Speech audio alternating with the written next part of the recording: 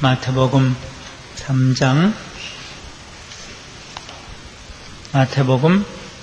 3장 1절부터 마지막 절까지 다 한 목소리로 교독하시겠습니다. 그때에 마태복음 3장 맞죠? 네, 3장. 예. 마태복음 3장. 그때에 세례 요한이 이르러 유대 광야에서 전파하여 가로되 저는 선지자 이사야로 말씀하신 자라 일러스되 광야에 외치는 자의 소리가 있어 가로되 너희는 주의 길을 예비하라 그의 첩경을 평탄케 하라 하였느니라.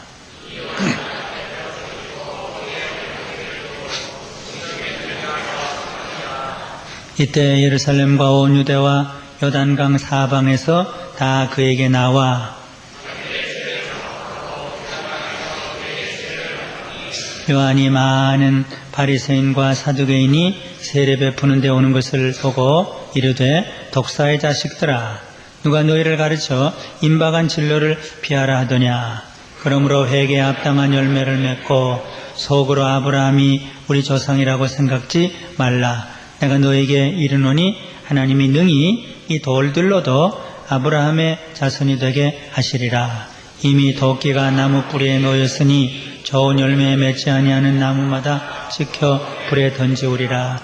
나는 너희로 회개케 하기 위하여 물로 세례를 주거니와 내 뒤에 오시는 이는 나보다 능력이 많으시니 나는 그의 신을 들기도 감당치 못하겠노라. 그는 성령과 불로 너희에게 세례를 주실 것이요 손에 키를 들고 자기의 타작마당을 정케 하사 알곡을 모아 곡간에 들이고 죽정이는 꺼지지 않는 불에 태우시리라.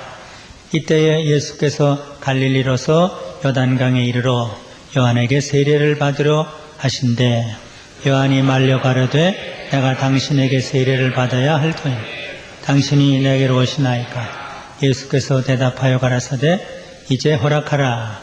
우리가 이와 같이 하여 모든 일을 이루는 것이 합당하니라 하신대 예 요한이 허락하는지라. 예수께서 세례를 받으시고 곧 물에서 올라오실세 하늘이 열리고 하나님의 성령이 비둘기같이 내려 자기 위에 임하심을 보시더니 다같이 하늘로서 소리가 있어 말씀하시되 이는 내 사랑하는 아들이요 내 기뻐하는 자라 하시니라. 아멘. 예, 조금 전에 제가 마태복음 4장도 또 읽고 또 준비를 하다 왔기 때문에 제가 조금 4장인가 3장인가 혼돈을 했습니다. 그래서 주일 설교를 하지 않으니까 한 주 전 거를 미리 다 좀 준비를 했어요. 그래서 3장 4장에 제 지금 마음에 다 있는데 혼돈되지 않기를 바랍니다. 우선 마태복음을 읽으면서 우리가 계속 충격을 받는 사실은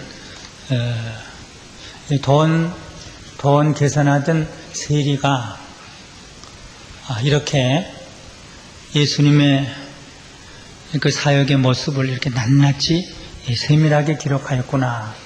그런 사실이에요. 완전히 사람이 변화된 거죠. 돈 세군, 돈을 보고 좋아하던 사람, 돈을 슬슬 주머니에 넣어서 치부하던 사람, 돈을 좋아하고 돈 세는데 취미로 삼았던 사람이 이제 주님의 부르심을 받았습니다. 마태야 9장에 나오죠. 나를 따르라. 다 버려두고 주님을 따르는 제자가 됐어요. 그 다음에 예수님의 말씀, 예수님의 행동, 낱낱이 전에 돈을 아주 세밀하게 기록하던 그 솜씨로 예수님의 말씀, 아마 산상설교는 마태만 기록했죠. 누가도 조금 기록했지만 마가도 없고 요한도 없어요. 아주 철저하게 엘리 엘리 라마 사박다니 그 말도 다른 복음에는 없어요.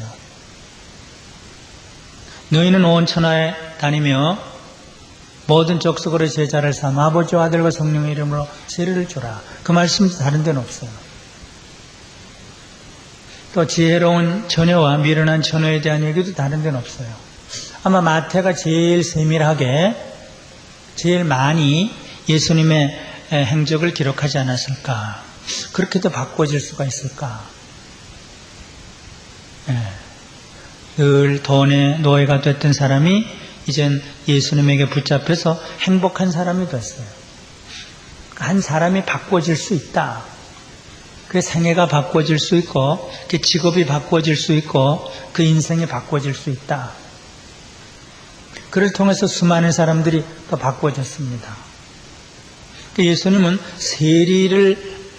세리와 같은 사람, 창기와 같은 사람, 어부와 같은 사람, 사회 밑바닥에 있던 사람, 그런 사람들을 들어서 주님의 제자로, 복음서 저자로, 예수님을 증거하는 증인으로 삼으셨구나. 마태복음에 어디를 읽어도 세리가 쓴 글이구나. 나도 바꿔질 수가 있겠다. 돈 계산하던 내 손이 하나님 나라의 역사를 기록하는 역사가가 될 수도 있겠다. 의사의 손, 누가의 손도 예수님의 사역을 기록하는 그 손이 됐어요. 예수님의 사역뿐만 아니라 성령의 사역까지, 초대교회 역사까지. 사람이 변화가 될 수가 있다. 기질도 변화되고 직업도 변화되고 취미도 변화될 수가 있다.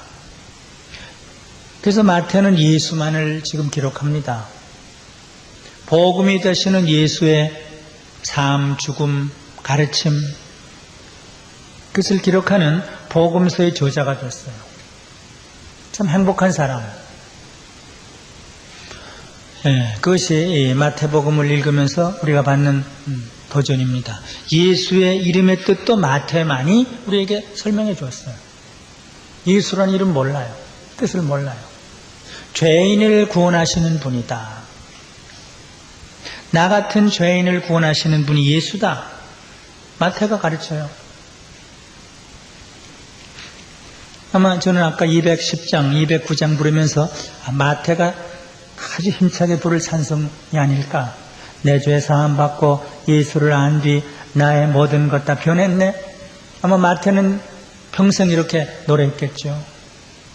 지금 나의 가는 길 천국길이요 주의 피로 내 죄 씻었네. 그다음 209장에도 주의 말씀 받은 그날 주님이 오셔서 내 세관에 오셔서 나에게 말씀하신 그날 참 기쁘고 복된 날이 아닌가. 이 기쁜 마음 못 이겨서 온 세상에 전하노라. 좀 전하죠. 이 몸과 마음 바쳐서 영광의 주를 섬기리라. 이 복된 말 전함으로 내 할 본분 삼았도다. 208장도 마태가 즐겨 부를 찬송이에요. 주 예수 내 마음에 들어와 계신 후 변하여 새 사람 되고 내가 늘 바라던 참빛을 찾음도 주 예수 내 마음에 오심. 마태는 변화됐습니다. 죄인이 의인으로 돈의 노예로 살던 사람이 예수의 제자로.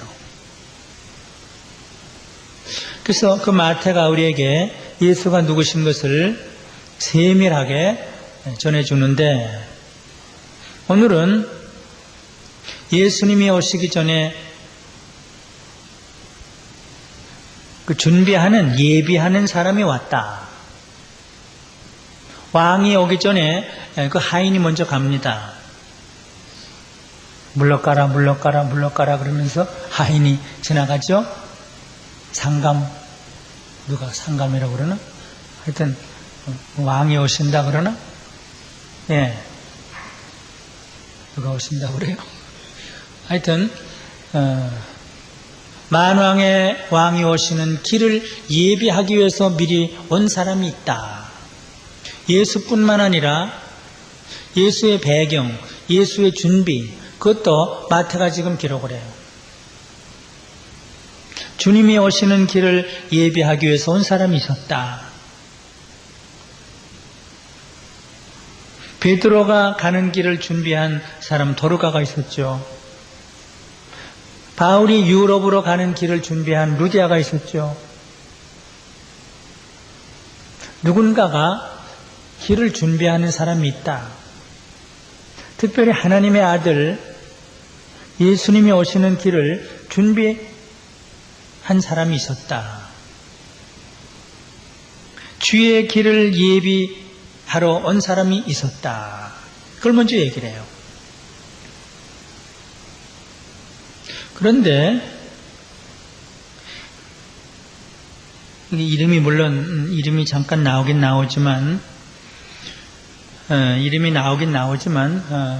그 예비하는 사람의 그 모습을 뭐로 표시를 했는가 하면, 뭐로 묘사를 했는가 하면 광야에 외치는 자의 소리가 있었다. 그건 옛날 이사야에서도 그랬어요. 이사야만 40장에 있던가? 이사야 40장에서도 뭐 누구누구 아무 가문에서 나온 누구누구가 왔다 이렇게 하질 않고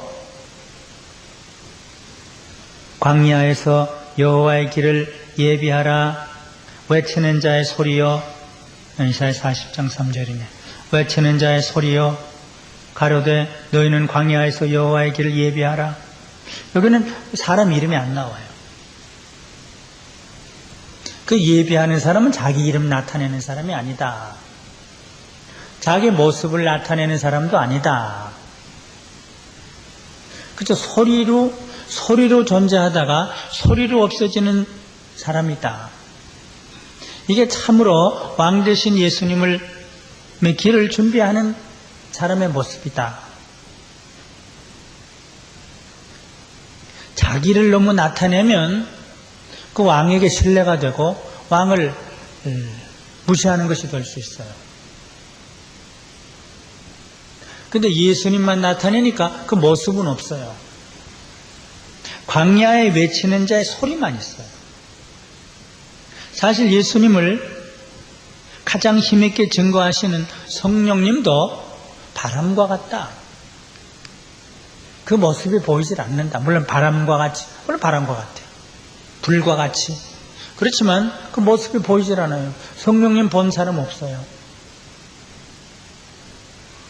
그는 불처럼 바람처럼 물처럼 우리의 마음을 이렇게 영혼을 사로잡아서 예수를 보게 하는 것뿐이지 자기를 보이진 않는다. 그런데 예수의 길을 준비하러 온 그분도 소리뿐이었다. 뭐 좋은 집에서 궁정에서 자기를 나타내는 그런 사람이 아니라 광야에 있었던 사람이다. 소리였다. 이것을 마태가 분명히 깨달은 거예요. 그걸 지적해요. 그런데 그분의 삶은 극히 소박했다. 극히 가난했다. 세상과는 아주 구별됐다. 그분은 광야에서 살았는데 약대 털옷을 입었다. 그게 뭐 약대 털옷 그럼 요새 비쌀지 모르겠는데 그런 의미가 아니죠. 짐승 털옷을 입었다. 허리에 가죽띠를 가죽띠 비싸겠는데 그게 아니고 그저 짐승 가죽띠 하나 둘렀다. 그리고 메뚜기와 석청, 돌에서 나는 꿀이 얼마나 좋을까? 뭐 그런 게 아니라 그저 아무 데서나 있는 꿀을 이렇게 움켜서 먹곤 했다. 메뚜기 참 무공의 식품 좋겠는데 그것도 아니고 그냥 메뚜기다. 이건 극히 소박했다. 아주 가난했다. 주님의 길을 예비하는 사람의 이 모습이 이렇게 극히 가난하고 소박한 삶을 살았다. 그것을 먼저 얘기를 해요. 앞으로도 마찬가지다. 앞으로도 주님의 길을 예비할 사람들은 자기 이름 나타내면 안 된다.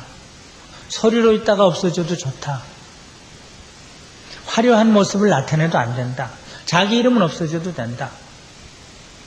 특히 가난하고 소박한 삶을 사는 것으로 족하다.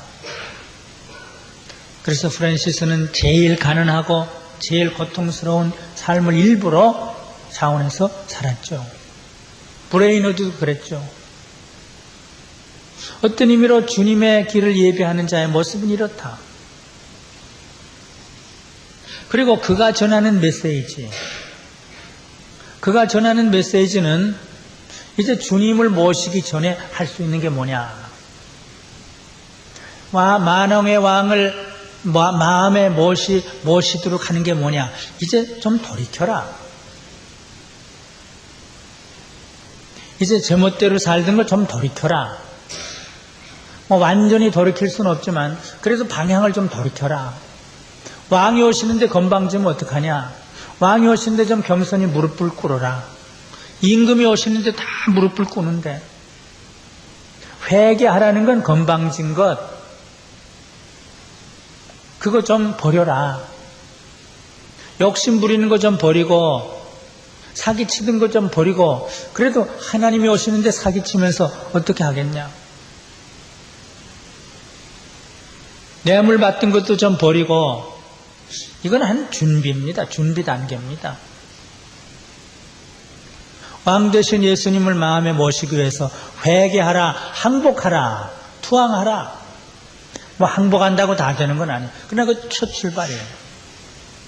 무릎을 꿇어라. 항복해라. 너희들이 자기 욕심대로, 자기 생각대로, 자기 멋대로 살았는데 이제 회개하라. 회개는 돌이키라 그거예요. 가던 길을 돌이켜라. 방향 선회를 하라. 그것은 그 다음에 예수님이 오셔서도 그 말씀을 제일 먼저 하셨습니다. 베드로가 오순절날 설교할 때도 그 말을 제일 먼저 했습니다. 사도 바울도 가는 곳마다 복음을 전할 때 그 말을 먼저 했습니다. 예수님 모시기 전에, 예수님을 삶의 중심에 모시기 전에 돌이켜라. 물론 우리는 또 죄를 범하고 정욕과 돈과 마귀의 소리를 자꾸 듣지만 돌이켜라. 회개는 처음이요 나중이에요. 세례 요한의 메시지는 회개예요. 회개하고 항복하면 주님을 모실 수가 있다. 근데 회개하지 않고 이렇게 의인인 척하고 나오는 것은 독사의 자식이다. 예수님은 독사의 새끼들이라고도 그랬어요. 아주 심한 칭호죠. 근데 죄인이 아닌 척 하는 거예요. 저를 포함해서 우리는 참 하나님의 진노를 받을 수밖에 없는데, 그래도 나는 죄인입니다. 그 소리를 매일 해야 돼요. 다윗이 매일 그랬죠. 나는 죄인입니다. 근데 그 얘기를 안 하고 그냥 나오는 것들은 독사의 새끼들이다. 세례 요한도 그랬고 예수님이 또 그랬어요. 바리새인 서기관들 향해서 그저 척하고 이렇게 의인인 척하고 나오는 사람들, 그건 예수님 모실 수 없다. 예수님 모실 사람은 죄인인 것을 회개해야 된다. 이게 기본이에요. 청교도들에게도 우리 한국교회 초기에도 제일 기초적인 메시지는 회개. 길선주 목사님이 제일 처음에 1907년 1월 달에 장대현교회에서 스스로 고백하고 선포한 말씀도 회개. 그래야 한국교회가 모실 수 있고, 그래야 개인이 예수님을 모실 수가 있다. 회개하는 자들에게는 하나님의 긍휼이 임하고, 회개하지 않는 자들에게는 하나님의 심판이 임한다. 세례 요한이 그 메시지를 전했다. 그 다음 세 번째로, 세례 요한은 예수님을 가르쳐 보였다.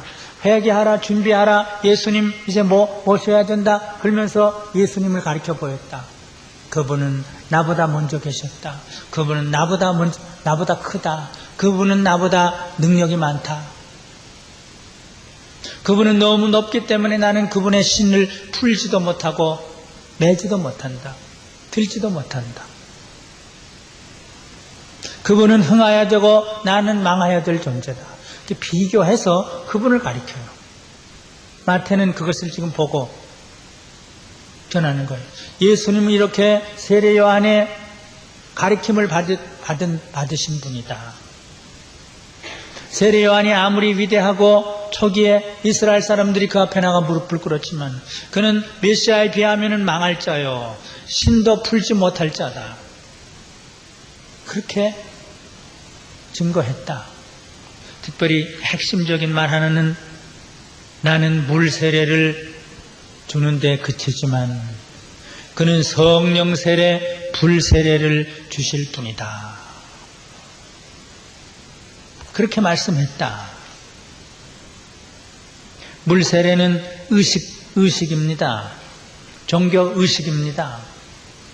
불 세례는 실제적인 영적인 작업입니다. 물 세례는 의식적인 리터지컬한 하나의 작업이고 성령 세례, 불 세례는 실제적인 영적인 작업입니다. 하나님이 일하신다고 그러면 하나님의 작업이죠. 영혼을 변화시키고 마음을 변화시키고 몸을 변화시키는 불같이 물과 같이 바람과 같이 우리 속에 들어와서 마른 뼈 속에 바람이 들어가는 것처럼 그렇게 해서 인생을 완전히 바꾸어 놓을 그런 세례, 성령 세례, 불 세례를 주시는 분이다. 근데 얼마 후에 예수님이 부활하신 다음에 그 얘기를 했어요. 너희는 몇 날이 못되어 성령으로 세례를 받으리라. 베드로도 오늘 아침에 봤나요? 어제 봤나요? 사도행전 10장에 보니까 우리가 성령으로 세례를 받은 것처럼 이 고넬료도 성령으로 세례받는 것을 우리가 보았다. 성령 세례가 있습니다. 그것을 불세례라고도, 성령과 불이라고도 그랬어요.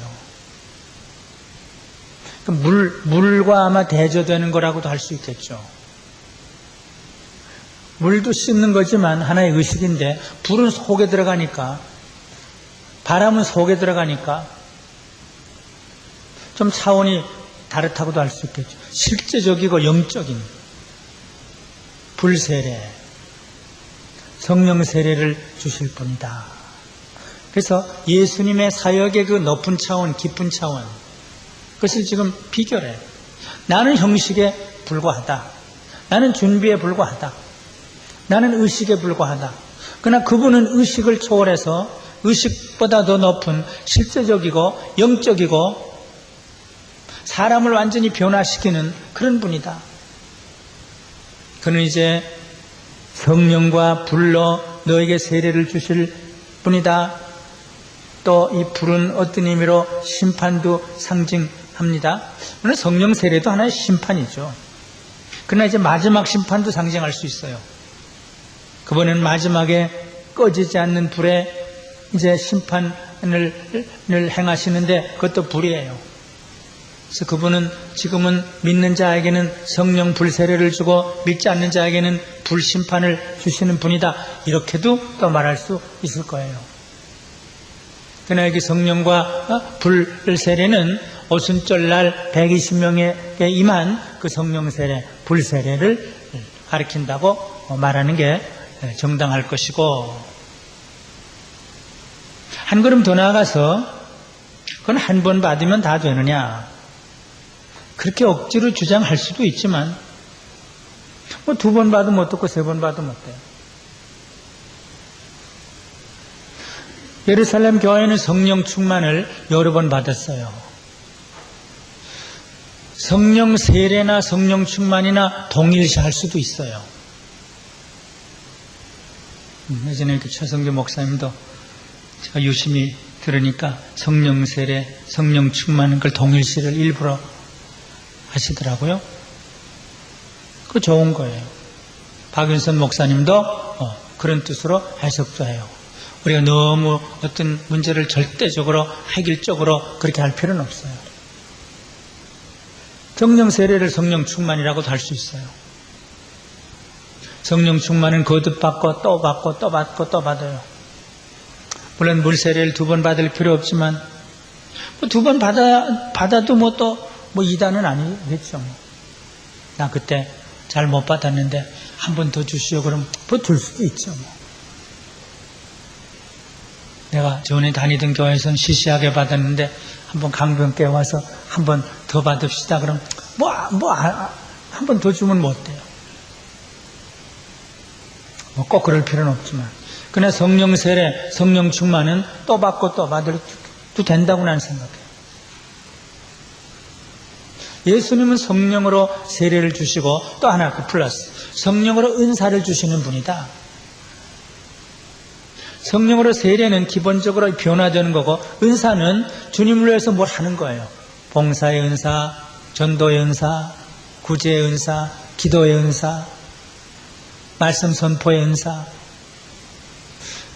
하나님은 또 성령님, 예수님은 하나님과 예수님이 짝 해가지고 의논해가지고 성령을 통해서 은사를 주신다. 예수님은 우리에게 성령 세례와 성령 은사를 주시는 분이다. 여기 은사라는 말은 없지만 세례 요한은 예수님을 가리키면서 예수님은 참 크신 분이다. 놀라운 분이다. 영적인 분이다. 우리의 인생을 뒤집어 놓는 분이다. 나는 의식에 불과하다. 나는 준비에 불과하다.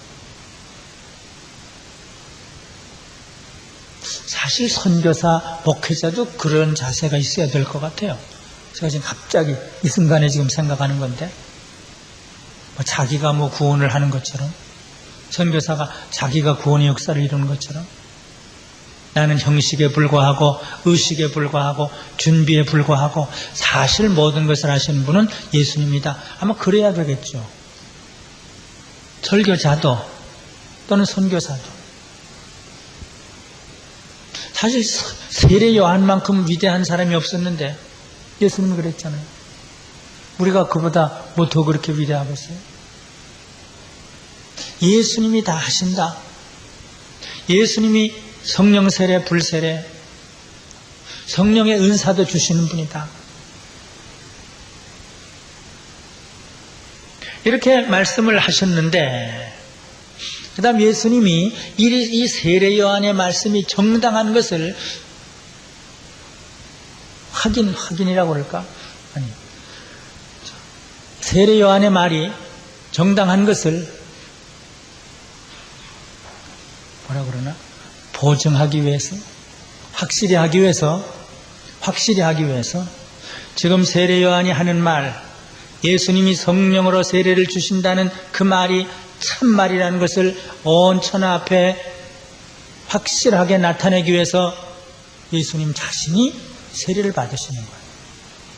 세례 요한의 위치를 높여주시기 위해서, 세례 요한의 그 예언이 참 옳은 것을 증명해 주시기 위해서 세례 요한 앞에 와서 무릎을 꿇어요. 그러니까 세례 요한이 깜짝 놀라요. 도무지 이러면 안 됩니다. 어떻게 이러실 수가 있습니까? 내가 세례를 받아야 되는데 어떻게 내가 예수님께 세례를 드릴 수가 있습니까? 요한이 말려 가로되, 요한에게 세례를 받으려 하신데 요한이 말려 가로되 내가 당신에게 세례를 받아야 할 터인데 당신이 내게로 오시나이까. 그러나 예수님은 세례 요한의 사역을 인정하고 증명하고 세례 요한의 말을 확인하는 그런 장면이라고도 생각해요. 세례 요한의 말이 맞다. 근데 세례 요한의 그 사역, 그것이 옳다는 것을 인정하기 위해서 자기가 세례를 받는 거예요. 너희들이 물론 세례를 받아야 되지만 나는 너희들을 대신해서, 구약의 모든 사람을 대신해서 내가 세례를 받는다. 구약의 모든 사람을 대신해서 내가 이제 앞으로 마귀의 시험도 받고, 구약의 모든 사람을 대신해서 내가 할례도 받고. 예수님이 세례를 받으셔요.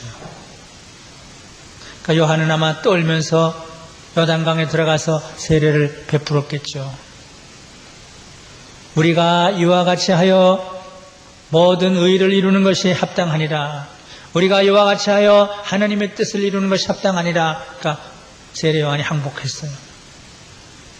그래서 이에 요한이 허락하는지라. 예수께서 세례를 받으시고 곧 물에서 올라오실세. 하나님이 또 그걸 인정하시는 거예요. 그 모든 행동을 하나님이 또 기뻐하시는 것이에요. 하늘이 열리고 하나님의 성령이 비둘기같이 임하셔요. 이제 예수님이 성령으로 세례 주실 분인 것을 암시하는, 분명히 하는 하나의 사건이죠. 하나님이 기뻐하시고 성령님이 내려오시고 예수님이 그것을 증명하시는 그런 순간이에요. 성부, 성자, 성령이 함께 합작해서 역사하시는 장면이에요. 이제 예수님은 성령으로 세례를 주시는 분이다. 예수님 앞으로 성령으로 모든 은사를 주시는 분이다. 하나님이 기뻐하시고 성령이 기뻐하시고 예수님이 기뻐하시는 거예요. 세례 요한의 세례 받는 것을 예수님이 기뻐하시는 거예요. 체면이 상한다 뭐 그거 아니에요. 이래야 하나님의 뜻을 이루느니라. 성령이 비둘기같이 내려 자기 외에 임하심을 보시더니 그걸 보고 기뻐하셨겠죠. 그런데 하늘로서 소리가 있어 말하길 이는 내 사랑하는 아들이요 내 기뻐하는 자라. 예수님이 세례 받으신 것을 하나님이 기뻐하시고 하나님이 또 보증을 하셨어요. 성령님의 보증을 하셨어요. 이것은 앞으로 예수님이 우리 죄인들이 회개하고 항복하고 주님 앞에 나올 때 이제 물세례, 성령세례를 주실 분이라는 것을 미리 보여주시죠. 그리고 내가 세례를 받을 때 하나님도 기뻐하시고 성령님도 기뻐하시고 예수님도 기뻐하실 것을 또 보여주시죠. 예수님의 모든 것은 우리의 머리입니다. 예수님의 세례 받으심은 우리의 세례 받으심이고 예수님의 죽으심은 우리의 죽으심이고 예수님의 부활하심은 우리의 부활하심이고 예수님의 승천은 우리의 부활이시고 우리 예수님에게 붙은 몸이니까 예수님이 하시는 모든 것은 우리가 할 것을 미리 예고한 예고편이에요. 이것을 돈 계산하던 마태가 이렇게 써서 우리에게 전해주었어요. 얼마나 놀라운 사실. 우리에게도 이런 변화가 있어야죠. 아직 돈 계산하려고 그러지 말고. 네. 이제는 하나님의 일을 해야죠. 돈 계산하던 상 다 뒤집어 벗을 거예요. 제자들은 배 다 버렸잖아요. 금을 다 버렸잖아요. 아깝다고 그러면 그거 안 되는 거죠. 새로운 삶, 그건 기쁨이 있고 행복이 있고 영원히 남는 삶. 마태 아마 12명 중에 하나. 구약의 12명, 신약의 12명. 참 세리가 변해서 왕자가 됐다고 그럴까? 예수님의 수제자가 됐다고 그럴까? 하여튼 이렇게 됐어요. 그래서 우리는 계속해서 이 마태를 통해서 예수님의 그 모습을 보게 됩니다. 제가 4장도 벌써 다 봤는데 너무 좋아요. 세 가지로 또 나누어 보니까 너무 좋아요. 예, 참 좋아요. 예, 성경이 참 좋아요. 예.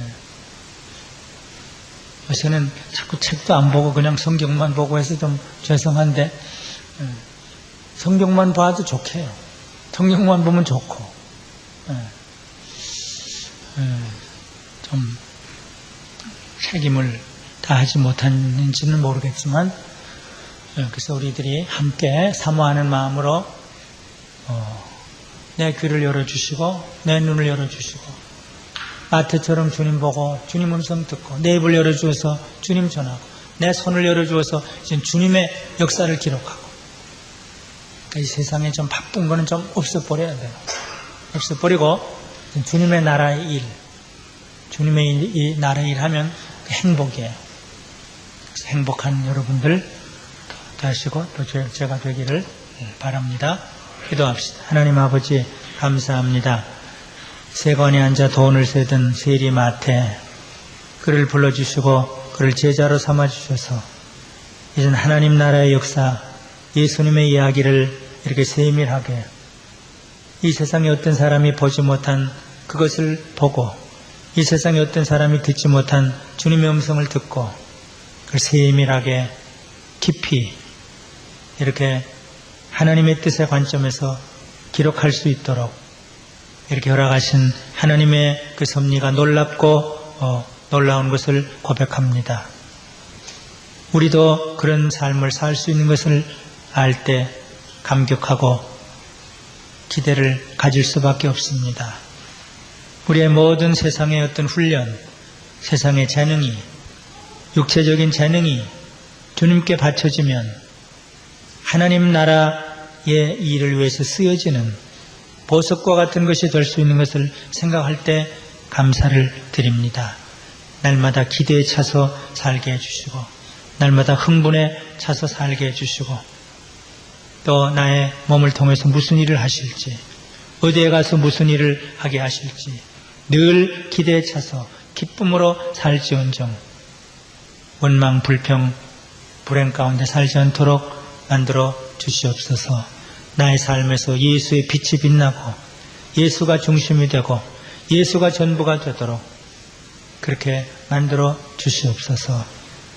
우리 말씀 성회 부흥 집회 은혜를 주시고 또 다음 주에 보내실 이민수 목사님, 정병금 목사님 말씀 충만, 은혜 충만, 성령 충만 주셔서 참 놀라운 은혜를 받고 하나님 앞에 영광을 돌리고 새롭게 헌신하고 기뻐하는 우리 모든 성도들이 되고 강제로 사람을 데려다가 하나님의 집을 채우는 순종하는 자들이 다 되고 방관자들이 되지 않도록 만들어 주시옵소서. 말씀을 받고 돌아가는 모든 성도들에게 마태의 마음에 있었던 그 기쁨, 행복을 가득히 채워 주시옵소서. 예수님의 이름으로 기도드리옵나이다. 아멘.